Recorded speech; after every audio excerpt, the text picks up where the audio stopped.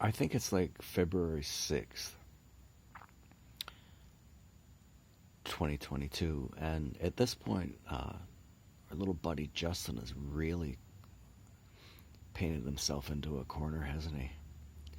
Because even the health experts are saying that, the mandates, the restrictions, all your nonsense, we're about done, you know? Everybody's vaccinated, all that stuff. And all the truckers want is for you to go ahead on the health advice. Really, right? Most Canadians are ready for it. But now you've painted yourself into this corner where you can't be seen to have been pushed around at all by a bunch of working class guys, can you? So you're going to have to push back, and you've tried to demonize them and marginalize them and dismiss them, and that really hasn't been working at all, has it? Because even if a lot of Canadians can't quite articulate this, and I think this has been my experience the last few days anyway.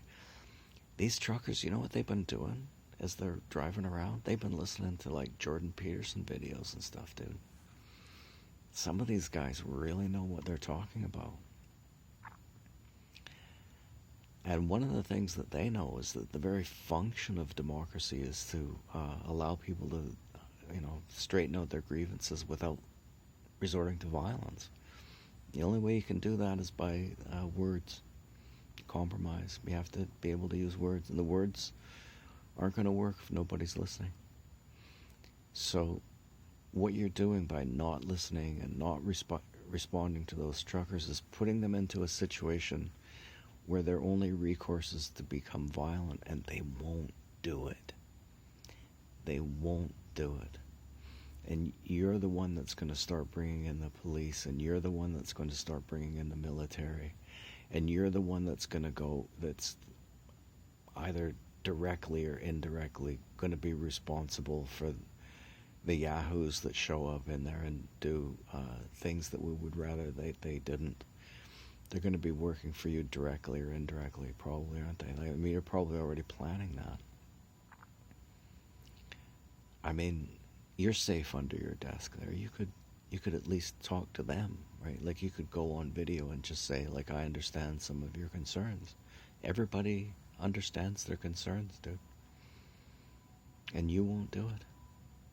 You could just go on your little video there and look into the camera and say, I understand some of your concerns, but I don't think that this is the way to approach it. And anyway, the government's moving forward to reduce the restrictions and the mandates, and we can sort this out. And please, could you go home, and please, could you stop with the horns, right?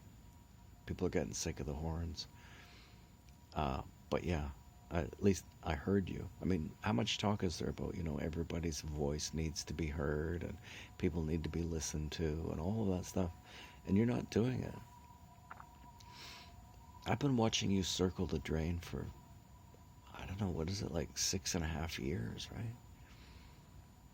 And this is the very worst thing that you do will come at the end.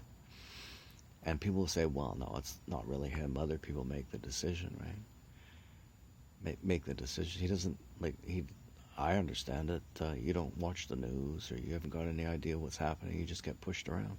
Well, you decided to allow yourself to get pushed around. God.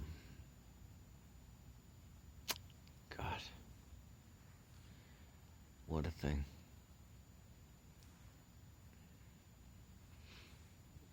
In the Second World War, Canadians stood up to fascism abroad, and right now they're standing up to fascism peacefully at home. And that's how this is going to be remembered. I promise you.